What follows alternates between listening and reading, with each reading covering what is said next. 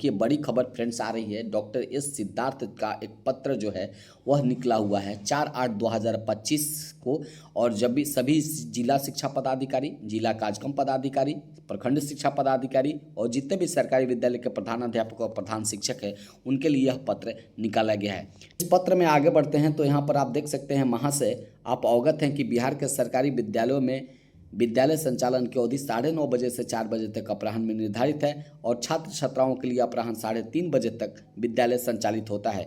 विगत 2 दिनों से ऐसा देखा जा रहा है भ्रमण के क्रम में कि कुछ विद्यालय में बच्चे 9:30 से 10:30 बजे तक विद्यालय जा रहे थे और रास्ते में अन्य गतिविधि में शामिल हो रहे थे, अर्थात विद्यालय के में निर्धारित समय पर वे विद्यालय परिसर में उपस्थित नहीं थे। साथ ही यह भी देखा जाता है कि 2:30 बजे अपराह्न में विद्यालय छोड़कर या तो अपने घर जा रहे थे फिर या अन्य गतिविधि में संलग्न थे। इससे स्पष्ट होता है कि विद्यालय के प्रधानाध्यापक और शिक्षकों का नियंत्रण बच्चे पर नहीं है। अभिभावकों को भी जागरूक और सचेत करने की आवश्यकता है। उनके बच्चे समय पर विद्यालय जाएं और विद्यालय अवधि में रहकर विद्यालय में पढ़ाई करें।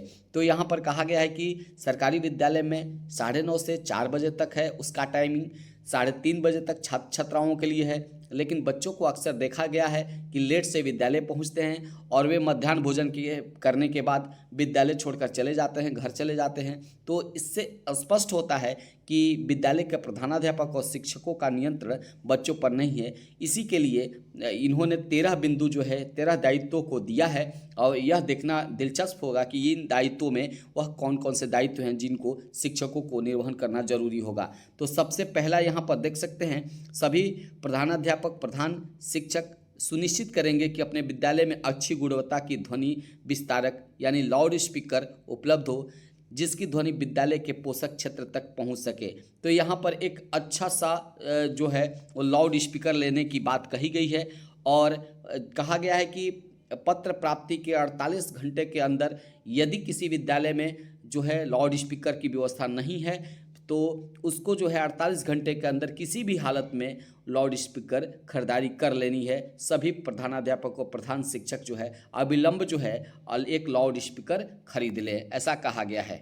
यहाँ पर दूसरे दायित्व की बात करें फ्रेंड्स तो सभी प्रधानाध्यापक और प्रधान शिक्षक विद्यालय प्रारंभ होने के 15 मिनट पहले ही विद्यालय पहुंचकर ध्वनि विस्तारक यंत्र लाउड स्पीकर के बच्चों को विद्यालय समय पर आने हेतु जो है टन टन घंटी बजी इस तरीके का जो गीत होता है उसको जो है वह 2-2 मिनट के अंतराल पर बार बार दोहराएंगे, बार बार बजाएंगे, ताकि जो आस पास पड़ोस के जो पोषक क्षेत्र के बच्चे हैं उसकी आवाज़ को सुनकर जो है विद्यालय आने के लिए प्रेरित हो सकें।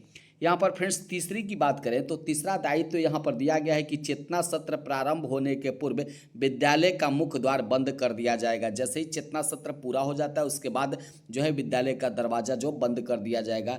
जो बच्चे विलम्ब से आएंगे उन्हें यह बताया जाएगा कि दूसरे दिन यदि आप विलम्ब से आओगे तो विद्यालय में प्रवेश की अनुमति नहीं मिलेगी। जिस प्रकार से प्राइवेट स्कूल के में होता है कि वहाँ सब समय पे विद्यालय में बच्चे पहुँचते हैं, उसी प्रकार से यहाँ कहा गया है कि यदि आप एक बार लेट आते हैं तो दोबारा आपको एंट्री नहीं मिलेगी।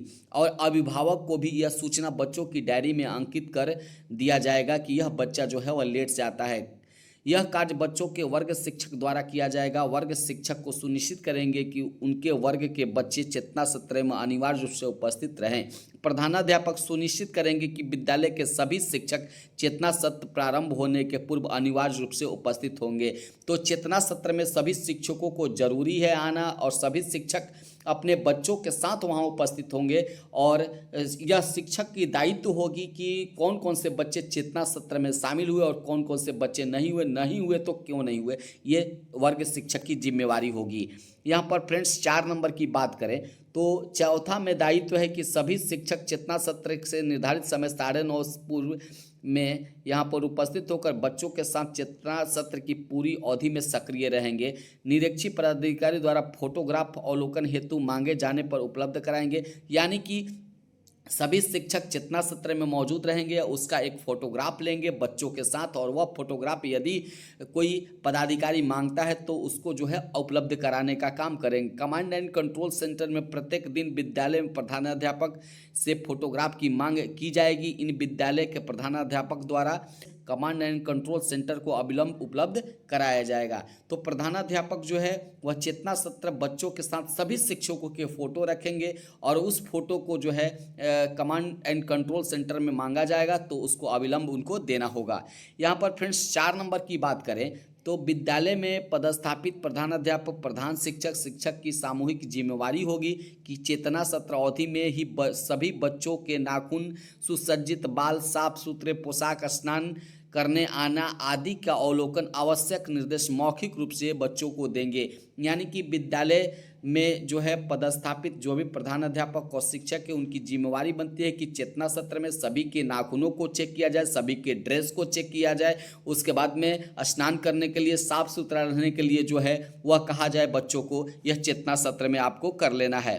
फ्रेंड्स 6 नंबर जो दायित्व दिया गया है ACS सिद्धार्थ के द्वारा, उसको आप देख सकते हैं। चेतना सत्र के निर्धारित अवधि यानी आधा घंटा में सर्वप्रथम प्रार्थना, बिहार राज्य दर्शन प्रार्थना गीत, राष्ट्रगीत, आज का दिन यानी आज का विचार, तर्क ज्ञान, शब्द ज्ञान, सामान्य ज्ञान और प्रसंग आदि का ज्ञान वाचन कराया जाएगा। तो तमाम तरीके के आधे घंटा का चेतना सत्र हुआ, उसमें जो है प्रार्थना के साथ साथ बिहार राज्य को जो गीत है उसको भी कराना है, राष्ट्रगीत कराना है, साथ ही जो है सामान्य ज्ञान, तर्क ज्ञान, आज का थॉट यानी कि आज का विचार, तो तमाम तरीके की चीज़ें आपको करनी है। फ्रेंड्स यहाँ 7 नंबर की बात करें तो 7 नंबर देख सकते हैं, चेतना सत्र हेतु केंद्रीकृत चेतना संसाधन सामग्री तैयार कराने और प्रेषित कराने की जिम्मेवारी निदेशक राज्य शिक्षा शोध प्रशिक्षण परिषद पटना की होगी।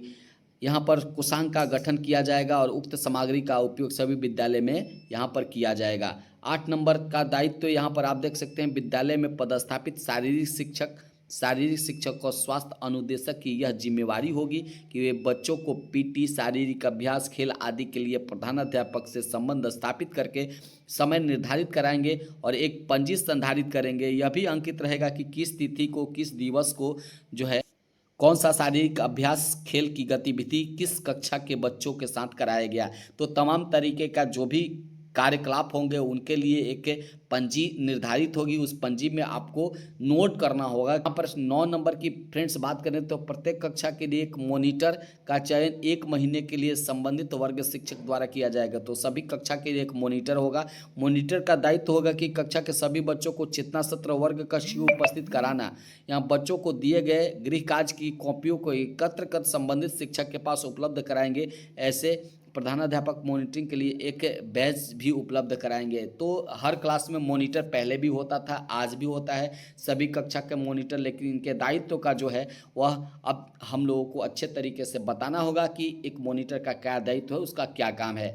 10 नंबर की फ्रेंड्स बात करें यहाँ पर तो 10 नंबर में आप देख सकते हैं, प्रधानाध्यापक प्रधान शिक्षक चेतना सत्र के बाद होने वाली पहली, दूसरी और तीसरी घंटे में क्रमशः गणित, विज्ञान, हिंदी और अंग्रेजी की रीडिंग की गतिविधियां रूटीन में प्राथमिकता के तौर पर शामिल करेंगी। 11 नंबर की फ्रेंड्स बात कर लें तो 11 नंबर में विद्यालय में पदस्थापित सभी शिक्षक, प्रधानाध्यापक, प्रधान शिक्षक अलग अलग शिक्षकवार एक पंजी रखेंगे, जिससे उनके द्वारा प्रत्येक विद्यालय कार्यावधि में किए गए अध्ययन अध्यापन कार्यों का लेखा जोखा संधारण किया जाएगा, जिसकी यहाँ पर अभिरक्षा प्रधानाध्यापक के द्वारा की जाएगी। निरीक्षी पदाधिकारी द्वारा निरीक्षण के क्रम में प्रधानाध्यापक से शिक्षकवार संधारित पंजी अवलोकन किया जाएगा और किस तिथि को, दिवस को कौन सी गतिविधियां वर्ग कक्ष में कराएगी ये भी सम्मिलित होंगी। तो ऐसा जो है वो सारे विद्यालय में जो शिक्षक हैं वो करते रहते हैं। उनकी एक अलग पंजी होती है जिसको पाटिका कहते हैं। तो पाटिका में कौन कौन सी गतिविधि वर्ग कक्ष में कराया जाता है, इन तमाम चीज़ों का उसमें जिक्र रहता है। यहाँ पर 12 नंबर की फ्रेंड्स बात करें तो किसी छात्र छात्रा के विलंब से आने, अनियमित रूप से आने की सूचना वर्ग शिक्षक क्लास दूरभाष के माध्यम से अभिभावक को दिया जाएगा और उन्हें विद्यालय में बुलाया जाएगा।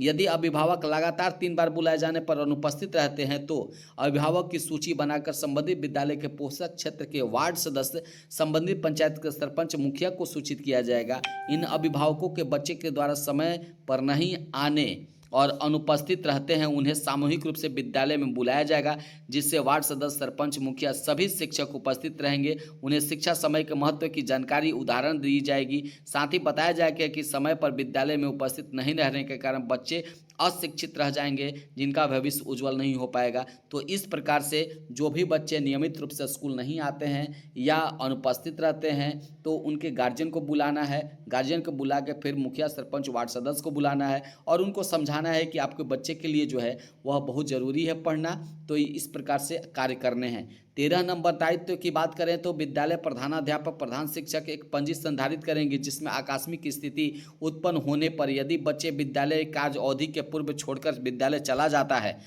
तो आवश्यक कार्य से जाता है या तो इसके संदर्भ में पंजी में तिथि समय अंकित किया जाएगा। आकस्मिक स्थिति में बच्चों को अभिभावकों को दूरभाष पर सूचना दी जाएगी और बच्चे विद्यालय समय पूर्व छोड़कर घर या अन्य जगह आवश्यक कार्य से जा रहे हैं तो इसकी सूचना देकर जाना है।